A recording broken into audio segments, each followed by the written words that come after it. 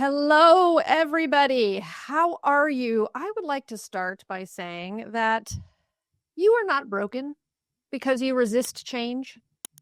There is nothing wrong with you if you hesitate to upend your life or environment to do something new, right? Because your life, our life, all of our lives are full of patterns and people and activities that provide this sense of comfort, right? A sense of stability. And all of those things provide your brain with the sense of safety that it wants. But if we only seek the safety of what we know, we don't grow. And if we stay in places, in jobs and careers that burn us out or that are not safe physically or emotionally, and if we stay in those places because it is what we know, that's going to hurt our health. It hurts our happiness and it impacts our relationships in a negative way. So it limits our opportunity for a more rewarding life, for a growing business, or to have a deeper impact on the things that we care about. So this is why change is so vital to our growth and to our joy. So welcome back to Launch Your Business Live, where we make making money online clear and simple and successful. So you can build wealth and independence, so you can work from home and turn that part-time business into your full-time income. Now, I am your guide, your Sherpa, maybe? I don't know. And my name is Maryann Lombardi. I am the founder and CEO of Maryann Lombardi Coaching. I'm an author. I'm the single parent of the coolest teenager on the planet. I've been helping small business owners thrive for 20 plus years. I probably should move that to 25 plus years because I'm just kind of getting up there. But yeah, so 25 years, let's say that. And my mission is to do the same for you. So let's jump right in. And as we get started, I want you to grab a piece of paper because we're going to do a short little exercise in the middle here. So have that paper, pencil, or your notes app, whatever works for you, ready to go as we go through this. So here's the deal. Our brain wants us to be safe and stable and secure. When it perceives that we are not safe, stable, and secure, it gets in protect mode. And if it feels threatened, it's going to do that fight, flee, freeze, that kind of thing to protect that stability and to avoid change. So our brains are not wired to embrace change. They're not built to run directly toward risk. And that aversion to change, that aversion to risk is like hardwired into our operating system. That is based on eons of surviving harsh living conditions where risk and change could get you killed by a tiger, right? So now, most of us are not living as hunter-gatherers. We're not surviving in the wild, but our brains don't always know that. So this is important because it reminds us that change is hard for a reason. So let's talk about the two things that impact our ability to embrace change. One of them is fear. A big one is fear, and the other is uncertainty. So let's get into that fear. So fear is universal. Right? Everybody feels it. Our fear is going to rise when we feel threatened, physically, mentally, emotionally. So that fear is there to help us prepare to deal with some oncoming harm or something we perceive as harm. So change often feels like a threat at first. And when we're afraid, we're going to do a lot of things to avoid or postpone or hide from or stop that feeling. And we're going to take or not take all sorts of actions to avoid those fears. And fear may start in our mind, but it is felt all through our body, right? Fear makes us nervous. It can cause an upset stomach. It can increase our heart rate. It affects our sleep. And it does all sorts of things to our body. And the more we hide from that fear, the more we avoid our fear, the longer it sits with us, we sit in that physical and mental impacts of that fear. So the longer we avoid taking action to do whatever it is we're afraid of doing or avoiding, like starting our side business or leaving our job or reaching our goals or changing our life, right? The more we avoid that, the more we sit in those physical, mental, and emotional impacts of that fear. So it's important to think of fear as your friend and not your enemy. So when you feel that fear coming on, it presents you with this really kind of beautiful opportunity to better understand what is going on for you. So if we give our fear some attention, if we sit down with it, like, grab a cup of coffee or a cocktail with it and sit down and listen to what it has to tell you. So don't hide from it, just embrace it. So I would like for you to give your fear some attention right now, because your fear feels a little lonely. It's feeling neglected and it wants some attention. So I want you to try this exercise with me. I do this often. I do this for myself, especially when fears are coming up that, like, I'm not expecting. There's certain things that I regularly fear, but sometimes fear will start hitting me. I'm not exactly sure what's going on. And so I still do this exercise for myself. And I do it with clients too. So grab a piece of paper, notebook, notes app, whatever it is that works for you. And I want you to do this with me. If you are a transitioning teacher, if you are looking to do something new, start something, maybe you're leaving your classroom or education altogether, you want to start a business, that kind of thing, and it's exciting and scary, I want you to think about why. So grab that piece of paper. I want you to write down what scares you about it. I want you to write that down. Don't take for granted what you think scares you about it. I want you to write it down. So don't think about it, just write. It's like free writing. Just write the first thing that comes to mind. Nothing is stupid. Nothing is right. Nothing is wrong. Don't judge. Just write. What are you scared about? Take 60 seconds. I don't want you to think too hard. And write down anything that comes to mind. 60 seconds. I'm looking at my clock right here. Just write it down. What scares you about leaving your job? What scares you about starting your business?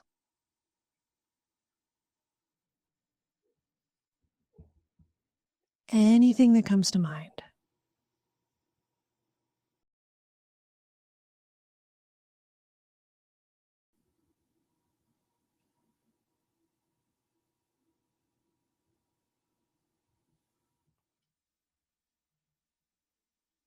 All right, 20 more seconds. What scares you about quitting? About not being in a school classroom anymore? About not calling yourself a teacher anymore? About hanging up a digital shingle and starting a business? What scares you?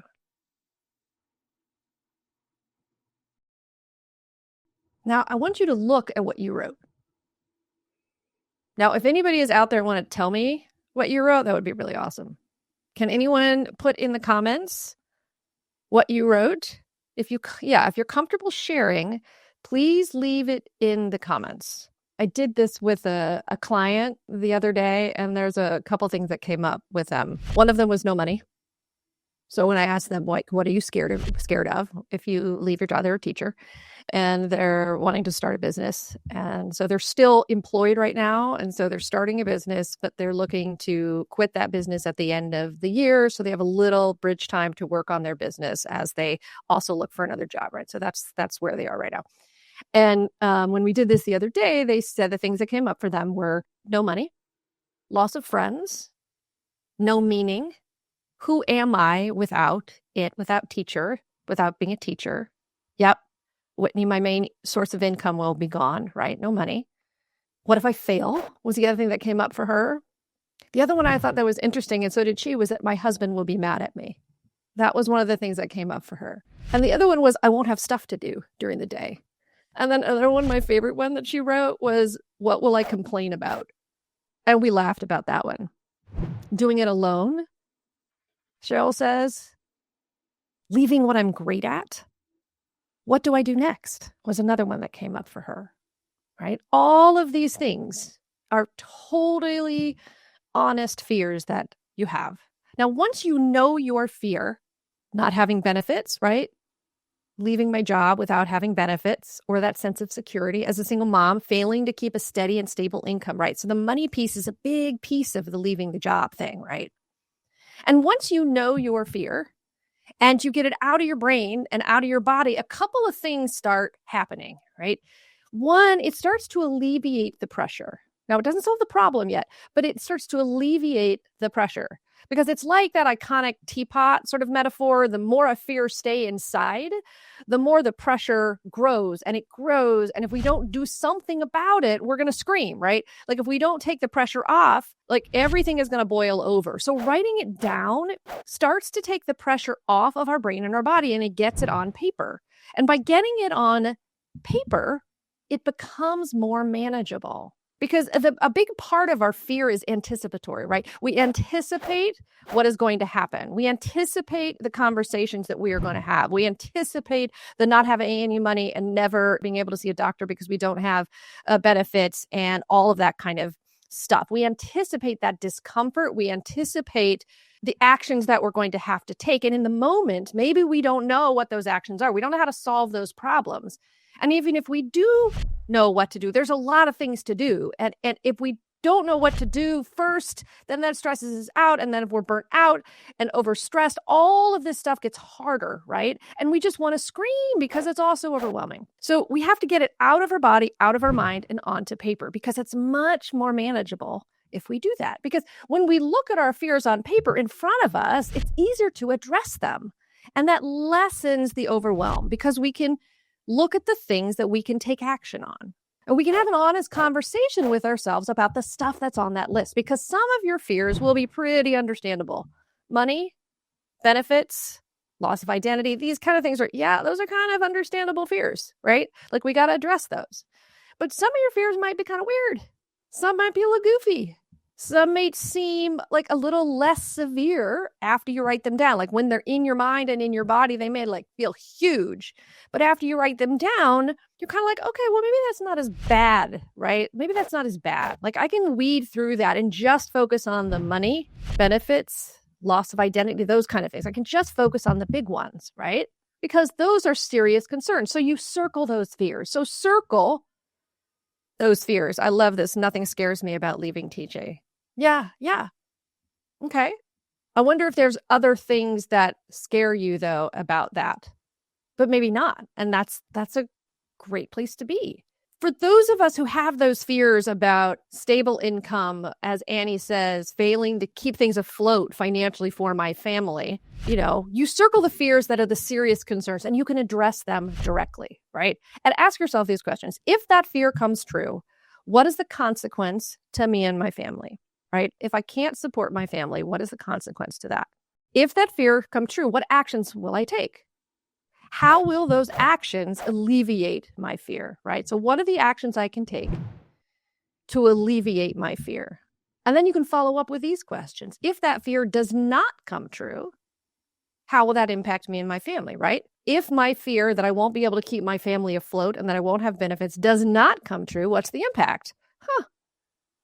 That's kind of great. It means that my family will be okay and that we will be able to go on vacation and we will be able to pay our bills. If that fear does not come true, what actions will I be able to take? I can, get that new car maybe. I can do that vacation. Right? Like those are some of the actions that I can take. I can relax, right? If that fear does not come true, how am I going to feel? Relief, maybe.